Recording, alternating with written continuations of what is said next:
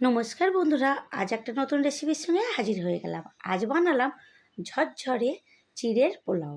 আর এই চিড়ের পোলাওটা আমি আমার মতনভাবে বানিয়েছি, আশা করছি আপনাদের খুব ভালো লাগে। এখানে নিয়ে নিয়েছি ঢেঁকিতে কোটা চিড়ে, আর এই রকম কাঠি কাঠি শক্ত মোটা ধরনের চিড়ে লাগবে। এখানে চিড়ে আছে 250 গ্রাম। 250 গ্রাম চিড়েটাকে ভালো করে ধুয়ে জলটা ঝরিয়ে নিচ্ছি, ওর মধ্যে একটু নুন আর চিনি গুঁড়ো মিশিয়ে দিলাম, বেশ ভালো করে মিশিয়ে নেবো। কারণ এখনই দিয়ে দিলাম তাহলে কী হবে, চিড়ের মধ্যে খুব সুন্দরভাবে নুন আর চিনির টেস্টটা এসে যাবে। এবার একটা কড়ার মধ্যে বেশ কিছুটা সাদা তেল দিয়ে দিয়েছি। তেলটা আমার গরম হয়ে গেছে, 2টো শুকনো লঙ্কা দিয়ে দিলাম আর দিলাম কালো সর্ষে।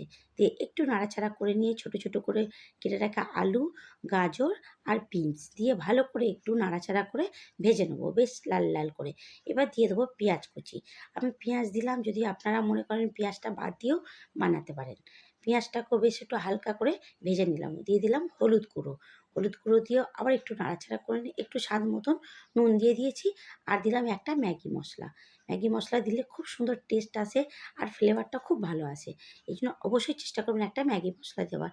এবার দিয়ে দিলাম কাঁচা লঙ্কা কুচি, দিয়ে আবার একটু বেশ নাড়াচাড়া করে দিলাম। এবার দিয়ে দেবো চিড়ে। চিড়েটাকে আমি নুন আর মিষ্টি মাখিয়ে রেখেছিলাম, সেই চিড়েটাকে দিয়ে দিলাম। দিয়ে ভালো করে আমি মিশিয়ে নেবো। খুব ভালো করে মেশানো হয়ে গেছে, দিয়ে দিলাম বেশ কিছুটা কারি পাতা। কারি পাতার ফ্লেভারটা বেশ ভালো লাগে, এই জন্যে দিলাম। যদি আপনারা মনে করেন নাও দিতে পারেন। দিয়ে দিলাম বেশ কিছুটা বাদাম। বাদামটাকে আমি আগে থেকে ভেজে নিয়েছিলাম, সেই ভেজে রাখা বাদামগুলোকে দিয়ে দিলাম। দিয়ে এদিকে কিন্তু আমার চিড়ের পোলাও রেডি হয়ে গেল। একটা প্লেটের মধ্যে তুলে নিলাম। যদি ভালো লাগে অবশ্যই কিন্তু আমাকে কমেন্ট করে জানাতে ভুলবেন না। আজকের মতন নমস্কার।